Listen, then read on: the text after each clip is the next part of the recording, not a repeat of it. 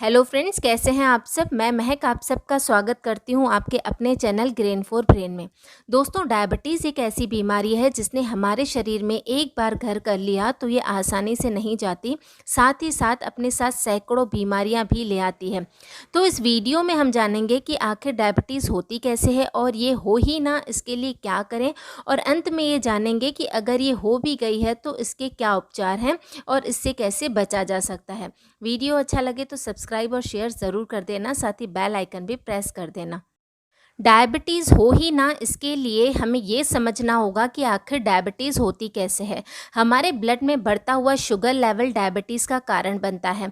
आखिर शरीर में ऐसा क्या बदलाव हो जाता है कि पहले तो हम तंदुरुस्त होते हैं, बाद में अचानक किसी एज में पता चलता है कि हमें शुगर हो गई है।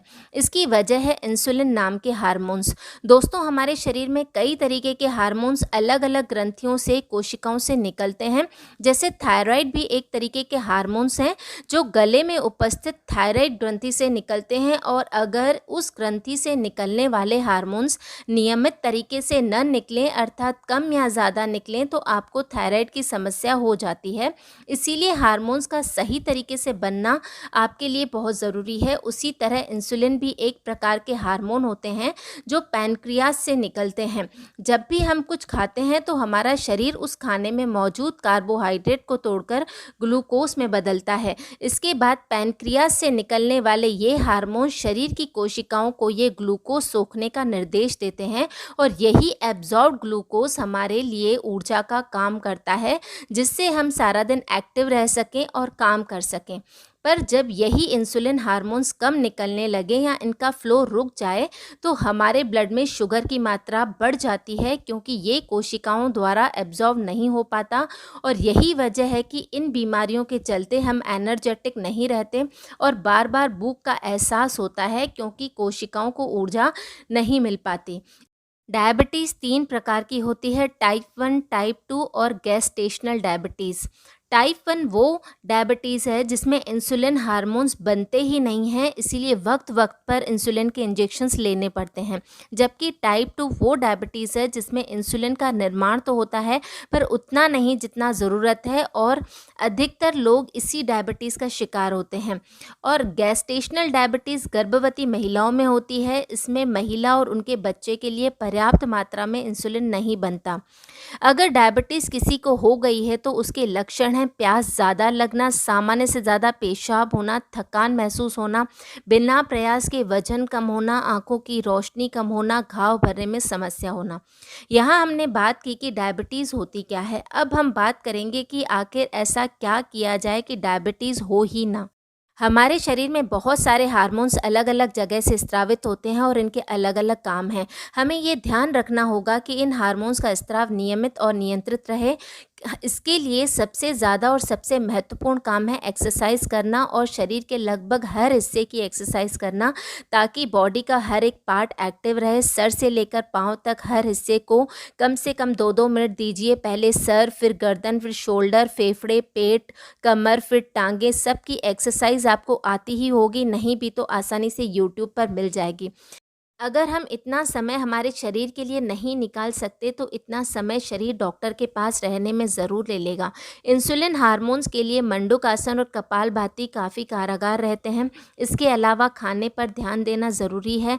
आज कम से कम हम हर एक चीज़ खा पा रहे हैं, कल को ऐसा ना हो कि डायबिटीज़ की वजह से हम कुछ खा ही न पाएँ। तो कुछ ना खा पाने से बेहतर है कि नियमित खाएँ। खासकर शक्कर से बनी चीज़ें ना ही खाएँ तो अच्छा, पर खाएँ भी तो नियंत्रण में, क्योंकि ज़्यादा खाने से हार्मोन्स पर ज़्यादा लोड पड़ता है, जिससे धीरे धीरे वो कम मात्रा में निकलते हैं और हम डायबिटिक हो जाते हैं। फास्ट फूड लिमिट में खाएं। अगर खाएं भी तो कोशिश करें कि एक टाइम का मील आप स्किप कर दें, जिससे हार्मोन्स पर लोड ना पड़े, क्योंकि फास्ट फूड में बहुत ही ज़्यादा मात्रा में फ़ैट होता है। मोटापा भी बहुत बड़ा कारण है डायबिटीज़ का, क्योंकि जो हार्मोन्स कभी 60 केजी की बॉडी के लिए निकलते थे, अब वही बॉडी जब 80 केजी की हो जाएगी तो इंसुलिन हार्मोन्स उसके लिए पर्याप्त नहीं हो पाएंगे और आप डायबिटिक हो जाएंगे। अब बात करते हैं कि अगर डायबिटीज़ हो भी गई है तो उसे घर के इलाज से ही कैसे ठीक करें और उसमें क्या क्या खा सकते हैं। एक तो डेली कपालभाति और मंडूकासन तो करना ही है, साथ में रात में 1 चम्मच मेथी दाने को एक कांच के गिलास गिलास में पानी में भिगोकर सुबह सुबह वो पानी पीना चाहिए और साथ ही दानों को भी खूब चबा चबा कर खाना चाहिए।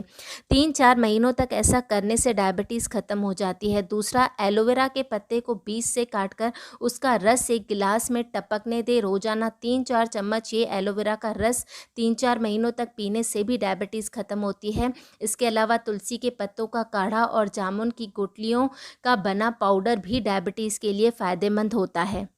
बात करते हैं कि डायबिटिक पेशेंट्स को खाने में आखिर क्या खाना चाहिए, तो इसका एक फॉर्मूला है हाई फाइबर लो फैट, यानी फाइबर युक्त चीज़ें।